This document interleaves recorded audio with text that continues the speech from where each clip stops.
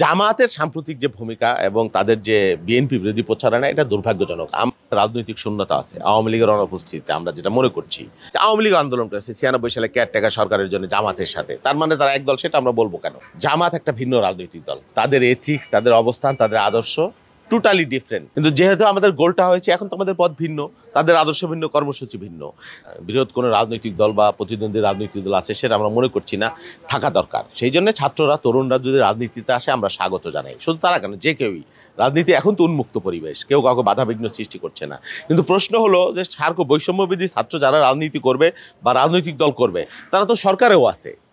তো সরকারে থেকে যদি এটা করা হয় তাহলে তো কেউ কেউ বলবে যে এটা কিংস পার্টির একটা বাস্তবতা। বিগত দিনে জাতীয় পার্টির যে ভূমিকা ছিল, তারা সরকারেও ছিল, বিরোধী দলেও ছিল, জোটেও ছিল, তাহলে তারা বিরোধী দল কিভাবে হলো?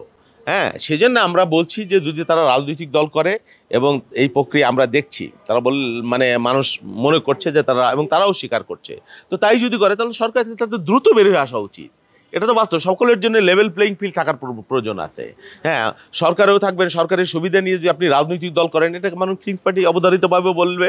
এবং সেই ক্ষেত্রে এই আন্দোলনের যে মহৎ অর্জন এবং ছাত্ররা যে ভূমিকা রাখলো, একটা ঐতিহাসিক ভূমিকা, সেই ভূমিকা কিন্তু ম্লান হয়ে যাবে এবং প্রশ্নবিদ্ধ হবে তাদের অবস্থানটা। শোনেন, জামাত একটা ভিন্ন রাজনৈতিক দল, তাদের এথিক্স, তাদের অবস্থান, তাদের আদর্শ totally different from BNP. BNP আলাদা রাজনীতি, তাদের আলাদা আদর্শ আছে, নীতি আছে, কর্মসূচি আছে। কখনোই এই দুইটা রাজনৈতিক দল এক না। আমরা বিগত দিনে আন্দোলন করেছি, আওয়ামী লীগ আন্দোলন করেছে ৯৬ সালে কেয়ারটেকার সরকারের জন্য জামাতের সাথে, তার মানে তারা এক দল, সেটা আমরা বলবো কেন? আমাদের সাথে তারা আন্দোলন করেছে, আমরা একটা ফ্যাসিবাদী রিজিম উৎখাতের জন্য বিএনপি, জামাত সমান অনেক রাজনৈতিক দল, বাম ডান অনেকেই, শ্রেণী পেশার মানুষ, আমরা একসাথে এক কাতারে মিলিত হয়েছিলাম। কিন্তু যেহেতু আমাদের গোলটা হয়েছে, এখন তো আমাদের পথ ভিন্ন, তাদের আদর্শ ভিন্ন, কর্মসূচি ভিন্ন।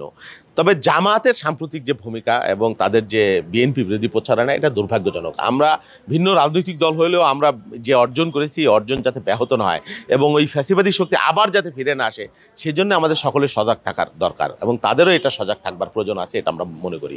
আমরা যারা আন্দোলনের শক্তি, সমস্ত সবাই তো আন্দোলনের সাথে ছিল, আওয়ামী লীগ আর কতিপয় বিচ্ছিন্ন কয়েকটা ক্ষুদ্র তাদের জোটের ছাড়া।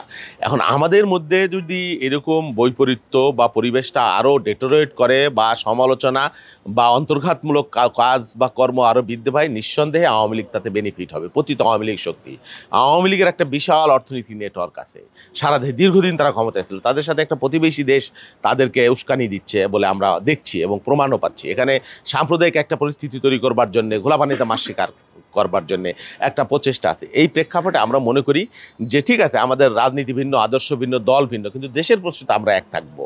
হ্যাঁ, জাতীয় স্বার্থে তো আমরা এক থাকবো, ফ্যাসিবাদ মোকাবেলায় তো আমরা এক থাকবো। সেই জায়গাটা যাতে ব্যত্যয় না হয়, সেই বিষয়ে সকলের যত্নবান হওয়া প্রয়োজন রয়েছে বলে আমরা মনে করি।